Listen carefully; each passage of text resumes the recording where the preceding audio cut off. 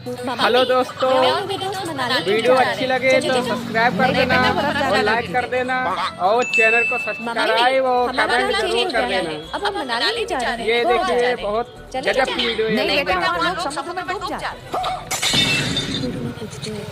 Mummy, अब हम मनाली भी नहीं जा रहे हैं, गोवा भी जा रहे हैं। अब हम जा रहे हैं जम्मू कश्मीर। चले जाए। नहीं बेटा, वहाँ लोगों को पहाड़ टूट के गिर जाते हैं। नहीं आता है, मेरी मम्मा कहती है कि घर से निकलते नहीं मौत होती है। नहीं, मनाली जाऊंगी तो बर्फ गिर जाएगी, गोवा जाऊंगी तो समुद्र में डूब जाऊंगी और जम्मू कश्मीर जाऊंगी तो वहाँ पे पहाड़ मेरे ऊपर गिरने के लिए बैठा हुआ है।